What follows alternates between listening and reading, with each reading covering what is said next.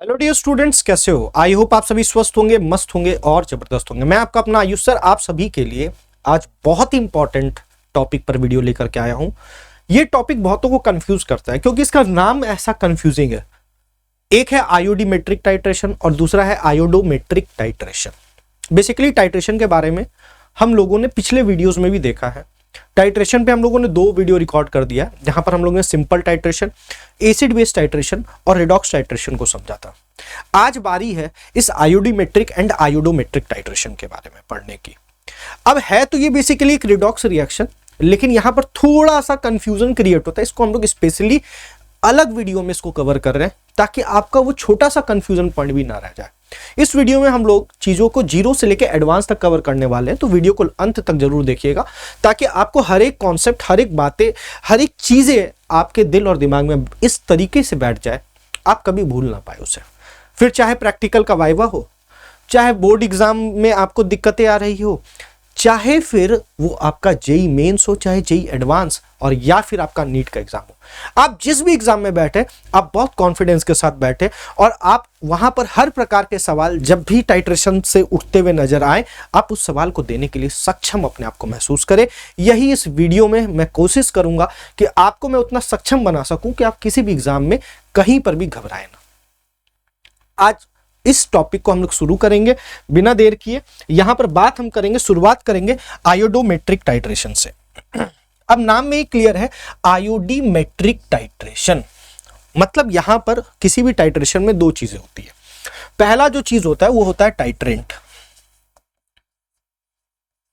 या जिसको हम लोग बहुत जगहों पर स्टैंडर्ड सॉल्यूशन भी बोलते हैं। स्टैंडर्ड सॉल्यूशन कहने का तात्पर्य क्या है, हमको इसका कंसंट्रेशन पता होगा, ठीक है। और दूसरा होता है एनालीट, एक ऐसा सॉल्यूशन जिसका हमको कंसंट्रेशन पता नहीं होता है। तो सवाल में सबसे पहले जब भी टाइट्रेशन की बात आती है तो हमें यह समझना जरूरी है कि यहां पर टाइट्रेंट कौन होने वाला है। तो यहां पर टाइट्रेंट होने वाला है, सॉरी थोड़ा सा माइक गिर गया, कोई बात नहीं, इसको हम लोग लगा लेते हैं, फिर से देखते हैं। यहां पर जब हम बात करेंगे कि टाइट्रेंट कौन होगा, तो यहां पर टाइट्रेंट I2 होने वाला है। लेकिन अब I2 को हम नॉर्मली रिएक्शन में यूज नहीं करते, तो हम लोग क्या करते हैं, I2 को Ki के सॉल्यूशन में डाल देते हैं। I2 को Ki के सॉल्यूशन में डाल देते हैं और जैसे ही डालते हैं तो एक कंपाउंड आप कह सकते हैं Ki3 का सॉल्यूशन बन जाता है। Ki3 का सॉल्यूशन बन जाता है। क्लियर है क्या? अब ये Ki3 के सॉल्यूशन को समझना बड़ा इंपॉर्टेंट है। मैं बोल रहा हूं टाइट्रेंट आयोडीन है, फिर आप सोच रहे हो सर सॉल्यूशन तो Ki3 का बना है, कि जब आप इसको पानी में डालोगे तो ये 2 आयंस आपको देगा, K+ और I3-। कंफ्यूजन यहां से स्टार्ट होता है बेटा, कंफ्यूजन यहां से स्टार्ट होता है कि आप बोल रहे हो टाइट्रेंट में मतलब रिएक्शन में एक्चुअली पार्टिसिपेट आयोडीन करने वाला है और हमको यहां आयोडीन नजर ही नहीं आ रहा है। तो मैं आपको यहां पर थोड़ी से बेसिक्स को खोलता हूं। जब भी आपको I3- नजर आए, आपको यहां पर 2 चीजें सोचनी है, या I3- में 2 चीजें हैं, एक I2 है और दूसरा एक I- का कंपोनेंट है। अब जिसको जरूरत I- की होगी वो I- का यूज कर लेगा, जहां यूज आयोडीन की हो रही होगी वहां आयोडीन का यूज होगा। अब सवाल है सर इसमें आयोडीन का यूज क्यों होगा, क्योंकि यहां पर इस आयोडीन का रिडक्शन होता हुआ नजर आएगा और ये रिड्यूस होकर के किस में कन्वर्ट हो जाता है, I- में। ये रिड्यूस होकर के किस में कन्वर्ट हो जाएगा, I- में कन्वर्ट हो जाएगा। लेकिन ये I- अगर रिड्यूस होना चाहेगा तो कहां जाएगा, कहीं नहीं जा सकता, क्योंकि इसका लोएस्ट ऑक्सीडेशन स्टेट क्या है, -1। इससे हमको एक और बात समझ में आ गया कि यहां पर जो टाइट्रेंट है उसका क्या होने वाला, उसका रिडक्शन होने वाला है। मतलब यहां पर ये किसके तरह बिहेव करने वाला है, एज एन ऑक्सीडाइजिंग एजेंट। ये छोटी छोटी बातें इसको अच्छा से समझना है ताकि आप एग्जाम में किसी प्रकार का कोई गलती ना करें। क्लियर है क्या? अब सवाल आता है, ठीक है सर ये तो समझ में आ गया, अब दूसरी बात यहां पर निकल करके आएगी कि भैया एनालीट कौन होने वाला है। यहां पर एनालीट कौन होने वाला है, एनालीट कहने का मतलब जिसका हमको कंसंट्रेशन नहीं पता, जिसका कंसंट्रेशन हमको टाइट्रेशन के द्वारा फाइंड आउट करना है। तो अब अगर ये ऑक्सीडाइजिंग एजेंट की तरह बिहेव कर रहा है, इसका मतलब यहां पर जो भी एनालीट होगा वो रिड्यूसिंग एजेंट होने वाला है। मतलब जब रिएक्शन में आयोडीन का हम लोग क्या करा रहे होंगे, रिडक्शन, और एनालिट का क्या करा रहे होंगे, ऑक्सीडेशन। क्यों? क्योंकि रिड्यूसिंग एजेंट वो होता है जो दूसरे को रिड्यूस करता है और खुद को क्या करता है बेटा, ऑक्सीडाइज। इनका यहां पर क्या हो रहा होगा, इनका यहां पर ऑक्सीडेशन हो रहा होगा। क्या ये बात क्लियर है? इनका यहां पर ऑक्सीडेशन हो रहा होगा। क्या ये बात आ रही है आपको समझ में बेटा? क्या ये बातें आ रही हैं आपको समझ में? Okay fine. सवाल है सर ठीक है, मतलब हम यहां पर ऐसा एनालिट को लेंगे जिसको हम ऑक्सीडाइज करा सके, जिसको हम यहां पर क्या करा सकेंगे, ऑक्सीडाइज करा सकेंगे। तो सवाल आता है कि सर वो कौन कौन से ऐसे एनालिट हो सकते हैं यहां पर, जैसे H2O3 2- हो सकता है, जैसे H2- हो सकता है, जैसे आपका SO3 हो सकता है, SO3 2- हो सकता है, जैसे SO2 हो सकता है। आ रहा है बात समझ में? हम ऐसे रिएजेंट्स को यहां पर लेंगे, जैसे NO2- हो सकता है, जैसे N2H4 हो सकता है, डॉट डॉट डॉट, ऐसे एनालिट हम यहां पर लेंगे। अब यहां पर जब N2H4 की बात आ जाती है ना कहीं पर भी, तो मेरे मन में एक बात है इससे रिलेटेड, एक इंटरेस्टिंग फैक्ट रिलेटेड है। मैं हमेशा इस बात को शेयर करता हूं। देखो मैं फिजिकल इनऑर्गेनिक ऑर्गेनिक नहीं देखता, मैं जब जिस चैप्टर को पढ़ रहा हूं अगर वहां कोई बातें अच्छी उठ करके आती है, भले वो इनऑर्गेनिक से रिलेटेड हो, उसके फैक्ट्स हो, मैं वहां पर जरूर उसको डिस्कस करता हूं। क्योंकि ठीक है, जब हम लोग चैप्टर पढ़ेंगे पी ब्लॉक वगैरह जब भी हम पढ़ रहे होंगे वहां तो हम डिस्कस करेंगे ही करेंगे, लेकिन जब अभी यहां पर दिख रहा है तो इसको थोड़ा सा तुम्हारे दिमाग में डाल देता हूं कि N2H4 क्या है। ये एक प्रकार का कलरलेस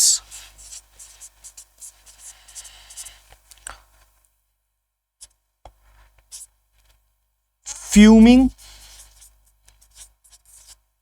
ऑयली लिक्विड है।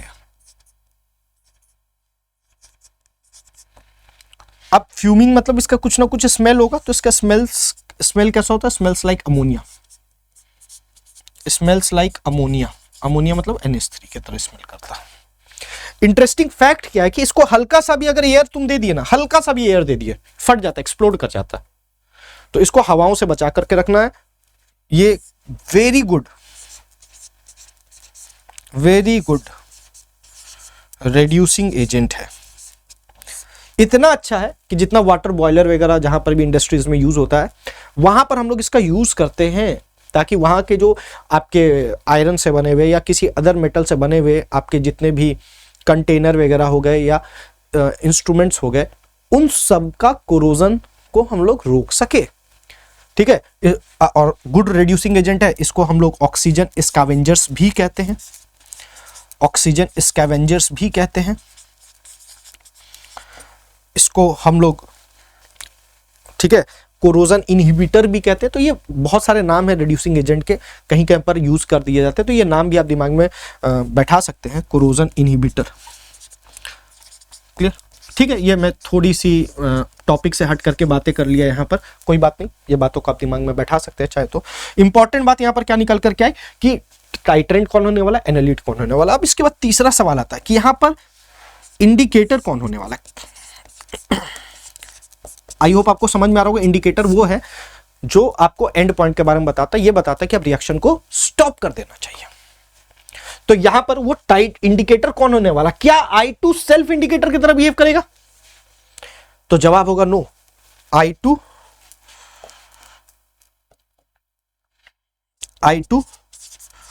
Do not behaves as a self indicator. ये सेल्फ इंडिकेटर की तरह बिहेव नहीं करेगा। तो यहां इंडिकेटर कौन होने वाला है, यहां पर इंडिकेटर होने वाला है स्टार्च सॉल्यूशन। स्टार्च सॉल्यूशन में जब I2 को आप डालते हो तो उसका कलर जो होता है, पहले स्टार्च सॉल्यूशन क्या होता है, स्टार्च सॉल्यूशन पहले क्या होता है, कलरलेस होता है। लेकिन जैसे ही आप उसमें I2 डालोगे, इसका कलर किसमें, डार्क ब्लू, या आप कह सकते हो ब्लू ब्लैक टाइप का कलर हो जाता है। कैसा हो जाता है, डार्क ब्लू, या आप कह सकते हो ब्लू ब्लैक कलर का हो जाता है। मतलब जब आप टाइट्रेंट ले रहे होगे ब्यूरेट में, उसमें आप स्टार्च सॉल्यूशन भी डाल दोगे तो टाइट्रेंट का जो कलर आपको वहां नजर आएगा वो कैसा नजर आएगा, डार्क ब्लू।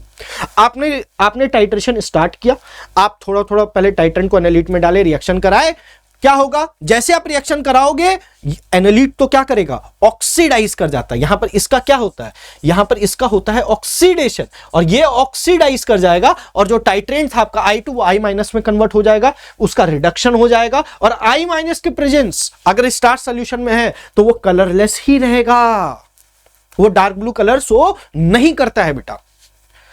मतलब कब वो डार्क ब्लू कलर शो करेगा, जब टाइट्रेशन जस्ट कंप्लीट होने वाला रहेगा, जब वो एंड पॉइंट पे पहुंचने वाला होगा।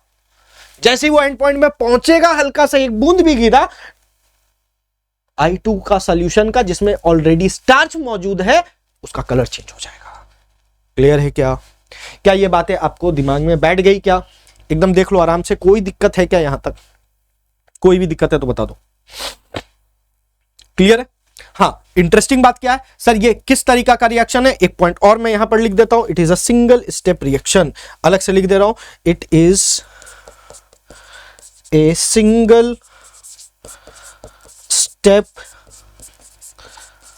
रिएक्शन। यहां पर एक ही स्टेप में रिएक्शन हो रहा होगा, एक ही स्टेप में टाइट्रेशन हो रहा होगा। क्लियर है। This is about आयोडोमेट्रिक titration. सवाल है कि सर रिएक्शन कैसा हो रहा, ऑलरेडी हम लोगों ने इंपॉर्टेंट ऑक्सीडेशन रिडॉक्स रिएक्शन में डिस्कस कर रखा है कि क्या चीज किस चीज में कन्वर्ट होता है और कैसे होता है। पहले आप उस वीडियो को देख लीजिए, ठीक है। लेकिन मैं तो यही बोलूंगा, आप जब भी कोई चैप्टर स्टार्ट करो, आप पहला वीडियो से स्टार्ट करो, ठीक है ना। थोड़ा टाइम लगेगा, आप स्पीड बढ़ा लो, लेकिन चीजें आपको एक एक चीज क्लियर होगी। हाँ, ऑल्दो अगर आपको चीजें आती है तब तो कोई बात नहीं है। अब यहां पर अगर मैं बात करूं रिएक्शन कैसा होगा, तो आप देखिए यहां पर बहुत तरह का रिएक्शन होगा। I2 एक एक रिएक्शन में लिख देता हूं, S2O3 2- के साथ रिएक्शन कर रहा है, I2 S2- के साथ रिएक्शन कर रहा है, I2 NO2- के साथ रिएक्शन कर रहा है, I2 आपका N2H4 के साथ रिएक्शन कर रहा है, I2 SO2 के साथ रिएक्शन कर रहा है, I2 SO3 2- के साथ रिएक्शन कर रहा है। ये सारी चीजें ऐसे दिखते हुए नजर आएगी, ऐसे ही रिएक्शन दिखेंगे, जिनमें जो आपका एनालिट होगा उसका ऑक्सीडेशन नंबर उसके अपने हाईएस्ट वाले से कम होगा। तो अब यहां पर क्या होगा, जितने भी I2 है वो सब में किस में कन्वर्ट हो जाएंगे, I- में। वो सब किस में कन्वर्ट हो जाएंगे, I- में। अब बात आती है S2O3 2- किस में कन्वर्ट होगा, तो ये कन्वर्ट हो जाएगा S4O6 2-। ये थायोसल्फेट, ये टेट्राथायोनेट है। अब इसमें इंपॉर्टेंट बात क्या है ना, ये कैसे बदला, ये मैं रिडॉक्स रिएक्शन में ऑलरेडी डिस्कस कर चुका हूं कि कौन कौन से स्पीसीज किस स्पीसीज में कन्वर्ट करते हैं आफ्टर ऑक्सीडेशन और रिडक्शन। अब S2- है, जब भी कोई एलिमेंट अपने लोएस्ट नेगेटिव स्टेट में रहेगा, वो अपना किस स्टेट में आना चाहेगा, S के स्टेट में आना चाहेगा, मतलब जीरो ऑक्सीडेशन स्टेट को वो पाना चाहता है। अब यहां एक बहुत बड़ा कंफ्यूजन होता है, सर मैं S लिखूं कि S8 लिखूं, क्योंकि जो लोग P ब्लॉक वगैरह पढ़ लेते हैं वहां पर थोड़ा कंफ्यूजन क्रिएट हो जाता है कि sulphur exist in the form of S8 और S6। लेकिन मैं आपको एक बात बता देता हूं कि जब भी आप न्यूमेरिकल बना रहे होंगे, मैं फिर से नोट करवा रहा हूं, जब भी आप न्यूमेरिकल बना रहे होंगे सल्फर को आप S ही लिखिएगा। Is it clear. S के फॉर्म में ही ये PPT बना देगा। NO2- NO3- में कन्वर्ट हो जाएगा, N2H4 ये यहाँ -2 में है और ये यहाँ पर N2 में कन्वर्ट हो जाता है। यहाँ SO2+4 में है, ये यहाँ पर SO3 में कन्वर्ट हो जाता है। ये SO3 2-+4 में है, ये SO4 2- में कन्वर्ट हो जाता है। इस तरीके से रिएक्शन फॉरवर्ड की ओर आगे बढ़ते हैं। मैंने यहाँ डॉट डॉट दिया हुआ है, आप देख लेना जरूर। उसमें जो एलिमेंट होगा वो अपने लोअर ऑक्सीडेशन स्टेट में होगा। हो सकता है यहाँ Fe2+ होता, Fe3+ में बदल जाता, Pb2+ होता, Pb4+ में बदल जाता, SN2+ होता तो SN+4 में बदल जाता। तो ये बात आपको ध्यान होनी चाहिए। आइए बढ़ते हैं सवाल की ओर। आपके सामने ये एक सवाल है, बहुत मजेदार सा सवाल है। इसको हम लोग बहुत अच्छा से देखेंगे, आराम से देखेंगे, धीरे धीरे देखेंगे। आप देख लो पहले सवाल को। अब सवाल में क्या बोलता है, बड़ा इंटरेस्टिंग सा सवाल है। यहाँ पर बोलता है 0.517 gram of a sample containing BaSCN2। यहां जब भी सैंपल की बात आ जाए, मतलब यहां पर क्या होगा, इंप्योरिटी होने वाला है। इतना हम लोग मोल कॉन्सेप्ट पढ़ लिए हैं, इतना स्टोइकियोमेट्रिक 1 देख लिए हैं, ये बात तो समझ में आ रही है। जब भी वेट ऑफ सैंपल की बात कर रहा होगा वहां पर जरूर इंप्योरिटी मौजूद होगा, मतलब यहां पर इंप्योरिटी तो होगा अलॉन्ग विथ किसके साथ, BaSCN2 के साथ। अच्छा, एक और इंपॉर्टेंट बात बता दूं, ये जितने भी रिएक्शंस है ना, ये सारे रिएक्शन एसिडिक मीडियम में काफी अच्छा होता है, काफी अच्छे तरीके से आगे की ओर प्रोसीड करता है। इसलिए बोला was dissolved in a bicarbonate solution. Bicarbonate solution कैसा सॉल्यूशन होगा, थोड़ा एसिडिक टाइप का सॉल्यूशन होगा, तो ये कहीं ना कहीं यहां पर इस रिएक्शन में एसिडिक मीडियम प्रोवाइड करने का काम करता है। आगे बात करते हैं, बोलता है 50 ml of 0.107 N iodine was added. बोलता है आयोडीन को आपने ऐड किया है, जिसका आपको वॉल्यूम दे दिया है, जिसका आपको कंसंट्रेशन दे दिया है। फिर बोलता है and the mixture was allowed to stand for 5 minutes. बोला आयोडीन को जब आप BaSCN2 के साथ रिएक्ट कराएंगे तो एक रिएक्शन यहां पर परफॉर्म होता हुआ नजर आता है। क्लियर है। फिर बोलता है the solution was then acidified. बोलता है उस सॉल्यूशन को एसिडिफाइड कर दिया गया है।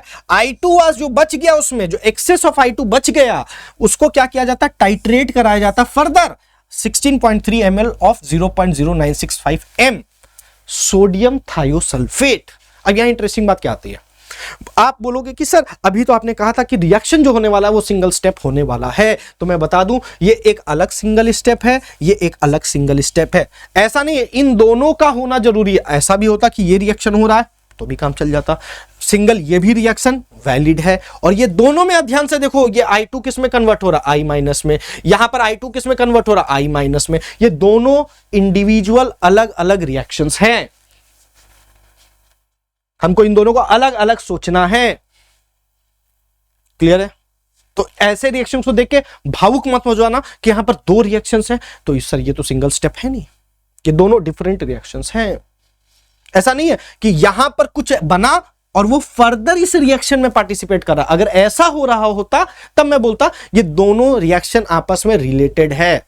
मतलब 2 स्टेप रिएक्शन कहने का मतलब रिएक्शन सीक्वेंशियल होगा, मतलब एक का प्रोडक्ट दूसरे का रिएक्टेंट की तरह बिहेव करेगा। लेकिन यहां पर एक ही रिएक्टेंट दो जगह साइमल्टेनियसली रिएक्ट कर रहा, मतलब कैसा रिएक्शन हो गया, पैरेलल रिएक्शन हो गया। कभी भी पैरेलल रिएक्शन को हम 2 स्टेप रिएक्शन नहीं कह सकते हैं। 2 स्टेप रिएक्शन में हमेशा रिएक्शन कैसा होना चाहिए बेटा, सिक्वेंशियल होना चाहिए। ठीक है। अच्छा, अब यहां पर जो जो डेटा दिया हुआ ना, फटाफट हम लोग उसका काम करते हैं। आपको टोटल आयोडीन दे दिया है, टोटल इक्विवेलेंट्स ऑफ आयोडीन अगर आपको निकालने बोलेगा तो आप क्या कर दोगे, वॉल्यूम दिया हुआ 50 ml इनटू 0.107 N, N मतलब नॉर्मेलिटी दे दिया। नॉर्मेलिटी का जब भी आप वॉल्यूम से मल्टीप्लाई करोगे तो आपको डायरेक्ट इक्विवेलेंट्स मिल जाता है। एन फैक्टर से मल्टीप्लाई करने की जरूरत नहीं, एन फैक्टर से मल्टीप्लाई तब करना पड़ता है जब आपके पास मोलैरिटी होता है।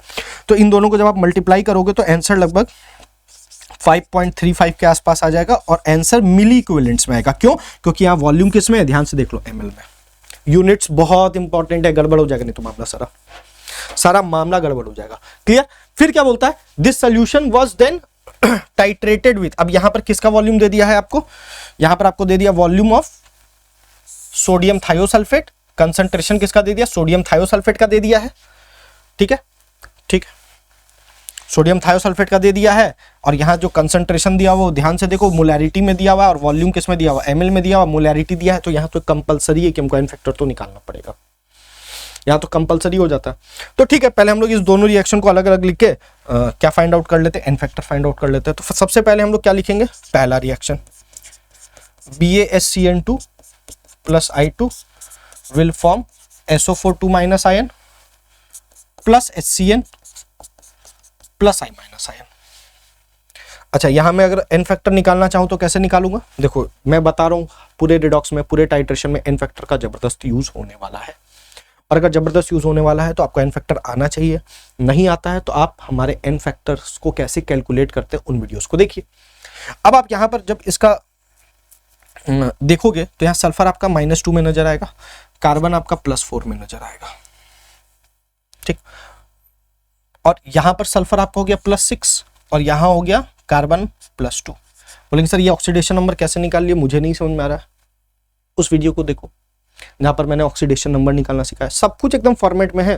आप 1 by 1 देखोगे तो चीजें ज्यादा अच्छे से समझ में आएगी। बीच में कभी भी क्लास में आप घुसोगे तो चीजें थोड़ी सी कम समझ में आती है। हाँ, ये बेसिक नॉलेज अगर आपको है तब तो कोई दिक्कत नहीं है।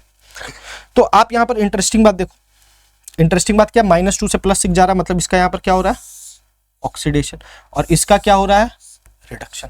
और कभी भी किसी एक मॉलिक्यूल में अगर कोई एक एलिमेंट ऑक्सीडाइज कर रहा हो और एक एलिमेंट रिड्यूस कर रहा हो तो हम एक बार क्या निकालेंगे, एन फैक्टर ऑक्सीडेशन निकालेंगे। और एन फैक्टर ऑक्सीडेशन इज कैसे निकालते हैं? Change in oxidation number. तो 6 - 2 मतलब कितने का चेंज है? कितने का चेंज है? 8 का चेंज है। -2 से 6, चेंज इन ऑक्सीडेशन नंबर 8 हो गया। एन फैक्टर के लिए हमको क्या चाहिए? Number of atoms. सल्फर के एटम्स कितने हैं बेटा? 2। तो यहां पर मैं क्या करूंगा? 8 × 2, आंसर क्या आ जाएगा? एन फैक्टर ऑक्सीडेशन आपका निकल के आ गया 16। उसी तरीका से मैं एन फैक्टर रिडक्शन निकालूंगा। मैं बेसिकली यहां पर लिख देता हूं एन फैक्टर का formula, change in oxidation number, अगर कोई नया देख रहा है वीडियो तो, into number of atoms present in the molecule. Clear? अच्छा, यहां एन फैक्टर रिडक्शन क्या निकल करके आ जाएगा? चेंज इन ऑक्सीडेशन नंबर, 4 से 2 गया, चेंज इन ऑक्सीडेशन नंबर 2 का, नंबर ऑफ कार्बन एटम कितना हो जाएगा? 2। अब यहां पर लोग गलती क्या करते हैं? ये छोटी सी गलती है, हो सकता है आप नहीं करते हो, लेकिन मेरी बात सुन लो। एग्जाम हॉल में ये 2 नहीं नजर आता, उसको सल्फर 1 नजर आता, उसको कार्बन 1 नजर आता, वहां पर मामला बिगड़ जाता। अच्छा, एक एलिमेंट ऑक्सीडाइज कर रहा है, दूसरा एलिमेंट रिड्यूस कर रहा है, तो एन फैक्टर आपका क्या निकल करके आ जाएगा? फाइनल ऑफ BaCN2 अगर हमको निकालना है तो हम क्या करेंगे? जब भी 2 अलग अलग चीजें होगी तो मैं एन फैक्टर को सब्ट्रैक्ट कर दूंगा, that is 16 - 4, answer will be 12। Answer will be 12। N factor of BaCN2 क्या आ गया? 12। उसी तरीके से मैं एन फैक्टर ऑफ I2 निकाल लूंगा, तो ये 0 से -1 जा रहा है, चेंज इन ऑक्सीडेशन नंबर कितने का हो गया? 1। तो एन फैक्टर ऑफ I2 क्या हो जाएगा? Change in oxidation number 1, number of atoms कितना है? 2, एन फैक्टर यहाँ 2 आ जाएगा। क्लियर है क्या? अब बोलेंगे सर बाकी सबका क्यों नहीं निकाल रहे? क्योंकि मेरे को इन्हीं से मतलब है, हमको यहीं तक चीजों को घुमाना है। कहीं हमको SO4O6 2- का निकालने नहीं बोला, हमसे क्या पूछा? What is the percentage of BaSCN2, calculate the percentage of BaSCN2 पूछा, तो हमको BaSCN2 से मतलब है, ठीक है। और जो अमाउंट दिया वो भी रिएक्टेंट का ही दिया हुआ, प्रोडक्ट के बारे में कोई बातें नहीं की है, तो मैं बाकी सबका नहीं निकाल रहा। क्लियर है ना? ठीक। दूसरा रिएक्शन मेरा क्या है? एक और रिएक्शन है यहाँ पर, एक और रिएक्शन है, उसका भी एन फैक्टर हम लोग निकाल लेते हैं रिएक्टेंट साइड वाले का। I2 + Na2H2O3, ये किस में कन्वर्ट हो जाएगा? I-। मैं Na2 को हटा देता हूं, ये स्पेक्टेटर ही आयन है यहाँ पर, तो हो जाएगा S4O6 2-। अब यहां पर अगर आप देखोगे तो ये 0 से कहां जा रहा है? -1, तो यहाँ इसका एन फैक्टर क्या आ जाएगा? 1 × 2, दैट विल बी 2। इसका यहाँ +2 है, इसका यहाँ +2.5 है, तो एन फैक्टर क्या आ जाएगा? चेंज 0.5 × 2, इसका एन फैक्टर निकल के आ जाएगा। क्लियर? अब अगर मैं यहां पर बात करूं तो यहां आयोडीन एक साथ 2 रिएक्शन में पार्टिसिपेट कर रहा है, तो इस 5.35 मिली इक्विवेलेंट्स का कुछ अमाउंट सेकंड रिएक्शन में पार्टिसिपेट कर रहा होगा, और इस 5.35 मिली इक्विवेलेंट का कुछ अमाउंट फर्स्ट रिएक्शन में पार्टिसिपेट कर रहा होगा। तो हम फर्स्ट वाले का तो पता नहीं कर पा रहे हैं, तो फर्स्ट वाले का पता करने के लिए हमको पहले सेकंड वाले का पता करना होगा। तो सेकंड वाले का हम निकाल सकते हैं कैसे? हमको इसका पूरा मामला दिया हुआ है, हर एक चीज गिवन है, तो हम यहां से पता कर सकते हैं कितना I2 यहां पर सेकंड रिएक्शन में पार्टिसिपेट कर रहा है। तो हम यहां से क्या निकालेंगे? Equivalents of I2 for second reaction is equals to equivalents of Na2H2O3। ये मैंने किस दायरे से लिखा? Law of chemical equivalence, LCE short में लिख रहा हूं। लॉ ऑफ केमिकल इक्विवेलेंस के अकॉर्डिंग मैंने ये बात लिख दी। अब यहां से क्या निकल कर आएगा बेटा? Equivalents of I2 in the second reaction will be is equals to आपका वॉल्यूम दे दिया, इसका कितना दिया हुआ? 16.3 volume in ml into molarity into N factor, ये हो गया 16.3 ml दिया हुआ है। मोलैरिटी आपका कितना दिया हुआ? 0.0965, और एन फैक्टर हम लोगों ने यहां निकाल रखा है, कितना है? 1। कितना है? 1। अच्छा, ये जो इक्विवेलेंट्स निकल के आएगा वो मिली इक्विवेलेंट्स में आएगा कि इक्विवेलेंट्स लिखेंगे? समझिए, वॉल्यूम ml में, तो आंसर किस में आएगा? मिली इक्विवेलेंट्स में, और ये अप्रोक्सीमेटली 1.762 ऐसा आएगा मिली इक्विवेलेंट्स। तो मेरे को पता चल गया equivalents of I2 used in second reaction. अब अगर हमको यहां पर पता करना है कि equivalents of I2 used in first reaction, कैसे निकाल सकते हैं? Equivalents of I2 used in first reaction, तो टोटल मेरे पास कितना था? 5.35, -1.57 लिख देते हैं, आसान रहेगा, बाकी दो को हटा दो। तो यहां से मेरा क्या आ जाएगा, milliequivalents used of I2 in first reaction कितना आ गया, 3.78 मिली इक्विवेलेंट्स। क्लियर है क्या, यहां तक क्लियर है? यहां तक कोई दिक्कत है क्या, फटाफट बताना, यहां तक कोई दिक्कत है? नहीं। अच्छा, हमको तो क्या निकालना भैया, तुमको एक बात पता है, सैंपल कुछ भी हो, रिएक्शन में हमेशा प्योर पार्ट पार्टिसिपेट करेगा, रिएक्शन को इंप्योरिटी से कोई लेना देना नहीं है। बोलेंगे सर बाई चांस अगर वो रिएक्ट कर जाए तो इंप्योरिटी भी, भैया न्यूमेरिकल में हम ये मान के चलते हैं कि इंप्योरिटीज जो होता है वो रिएक्शन में पार्टिसिपेट नहीं करता है किसी भी सैंपल में। क्लियर है क्या? तो मैं यहां पर क्या लिख सकता हूं, again with the help of law of chemical equivalence, मैं क्या लिख सकता हूं, equivalence of I2 is equals to equivalence of BaSCN2 लिख सकता हूं क्या? तो इक्विवेलेंस ऑफ I2 हमको पता है 3.78 मिली इक्विवेलेंट्स है, इसको मैं इक्विवेलेंट में बदलूंगा तो क्या हो जाएगा, 10⁻³ इक्विवेलेंट्स लिख सकता हूं क्या बेटा? मिली इक्विवेलेंट को मैंने इक्विवेलेंट में बदल दिया। अब इक्विवेलेंट ऑफ BaSCN2 कैसे निकाल सकते हैं? देखो मुझे क्या निकालना है, प्योरिटी परसेंटेज। ठीक है, मैं प्योरिटी परसेंटेज का फॉर्मूला लिख रहा हूं, क्या चाहिए, weight of BaSCN2 divided by weight of sample into 100। Weight of sample हमको पता है कितना, 0.517। वेट ऑफ BaSCN2 निकालने के लिए हमको मोल्स निकालना पड़ेगा, और हमको BaSCN2 का और कुछ नहीं पता है। बोलेंगे सर पता तो है 0.517, बेटा उस सैंपल का वेट है जिसमें इंप्योरिटी भी मिक्स्ड है, तो मैं यहां पर क्या करूंगा, मोल्स ऑफ BaSCN2 इंटू 12 यहां तक क्लियर है क्या? तो यहां से क्या आ जाएगा, 3.78 इंटू 10⁻³ बराबर weight of BaSCN2 upon 253 into 12। अब बोलेंगे 253 क्या है, तो ये BaSCN2 का मॉलिक्यूलर वेट है, निकाल सकते हो इसका वेट, इसका वेट, इसका वेट, इसका वेट, इसका वेट को 2 से मल्टीप्लाई करके Ba के एटॉमिक वेट से आप ऐड कर दीजिएगा। तो यहां से वेट ऑफ BaSCN2 आ जाएगा 3.78 इंटू 10⁻³ इंटू 253 अपॉन 12। ये वेट ऑफ BaSCN2 आ गया। लेकिन हमको क्या निकालना, परसेंटेज ऑफ BaSCN2। ये मैं कैसे निकाल सकता हूं, 3.78 इंटू 10⁻³ इंटू 253 अपॉन 12। ये मेरा क्या हो गया, weight of BaSCN2 upon weight of sample कितना, 0.517 इंटू क्या करना पड़ेगा, 100। जब आप इसको सॉल्व करेंगे ना तो आपका आंसर अप्रोक्सीमेटली 15.4% के आसपास आ जाएगा। क्या यहां तक आपको चीजें क्लियर है?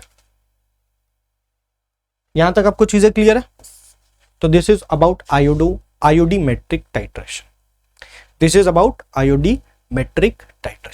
नेक्स्ट वीडियो हम लोग देखेंगे आयोडोमेट्रिक टाइट्रेशन पे। ये वीडियो का हम लोग इसी लेंथ में बनाएंगे, तो नेक्स्ट वीडियो हम लोग आयोडोमेट्रिक टाइट्रेशन पे देखते हैं। इसको अच्छा से रिवाइज करिएगा, इसके एक एक कॉन्सेप्ट को अपने दिमाग में बैठाइएगा ताकि आपको आगे चल करके किसी भी प्रकार की दिक्कत ना हो। ठीक है, तब तक के लिए स्वस्थ रहे, मस्त रहे और जबरदस्त तरीके से तैयारी करते रहे। कमेंट में जरूर लिखिएगा कैसा लगा आपको वीडियो, आपको वीडियो की क्वालिटी कैसी लग रही है, कंटेंट कैसा लग रहा है। अगर अच्छा लग रहा है तो जरूर अपने दोस्तों के बीच में शेयर करिए और सब्सक्राइब करना मत भूलिए कि जब भी हम लोग इस चैनल पे वीडियो डालें तो आप तक पहुंचे। ठीक है, तब तक पढ़ते रहो जबरदस्त तरीके से और अच्छे मार्क्स आपको अपने एग्जाम में लेकर के आने।